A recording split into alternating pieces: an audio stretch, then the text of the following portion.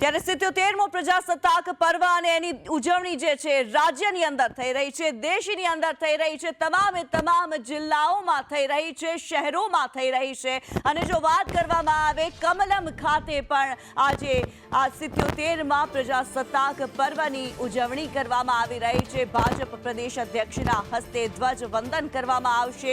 ભાજપ પ્રદેશ કાર્યાલય કમલમ ખાતે ઉજવણીનો કાર્યક્રમ આયોજિત કરવામાં આવ્યો છે। प्रदेश प्रमुख जगदीश पंचाल प्रथमवार ध्वजवंदन करशे, ध्वजारोहण करशे। ત્યારે કમલમ ખાતે પ્રજાસત્તાક પર્વની આજે ઉજવણી કરવામાં આવશે। આ સાથે જ અમદાવાદમાં નાયબ મુખ્યમંત્રી હર્ષ સંઘવી પણ ઉજવણી કરવા જઈ રહ્યા છે પ્રજાસત્તાક પર્વની। તેમના દ્વારા ધ્વજારોહણ કરવામાં આવશે। ઉર્જા મંત્રી ઋષિકેશ પટેલ ગાંધીનગર ખાતે ધ્વજારોહણ કરશે।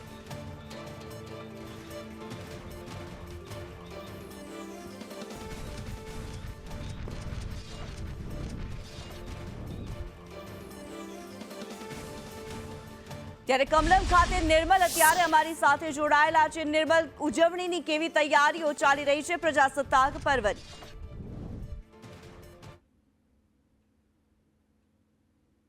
કાયદા અને લોકશાહીના સ્થાપના દિવસની ઉજવણી દેશભરમાં થઈ રહી છે, ત્યારે ગાંધીનગર ખાતે આવેલા ભાજપના પ્રદેશ કાર્યાલય શ્રી કમલમ ખાતે પણ આ ઉજવણી રંગે ચંગે થાય તે માટેની તૈયારીઓ તડામાર કરવામાં આવી રહી છે। મારા કેમેરા પર્સન મનીષ વાણિયા છે કે જે અહીં મારી આસપાસના દ્રશ્યો બતાવવાનો પ્રયત્ન કરશે।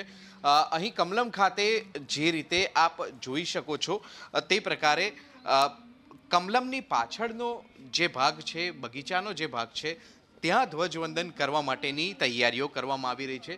અત્યાર સુધી જોવામાં આવતું હતું કે કમલમ કાર્યાલય ખાતે આવેલી જે ધાબુ છે ત્યાં ધ્વજવંદન થતું હતું, પરંતુ આ વખતે અહીં બગીચાનો જે ભાગ છે ત્યાં ધ્વજવંદન કરવામાં આવી રહ્યું છે।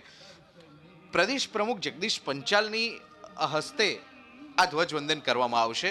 ઉલ્લેખનીય છે કે પ્રદેશ પ્રમુખ બન્યા બાદ જગદીશ પંચાલ પ્રથમ વખત ધ્વજવંદન કરવાના છે। રાષ્ટ્રભક્તિના ગીતો અહીં વગાડવામાં આવી રહ્યા છે।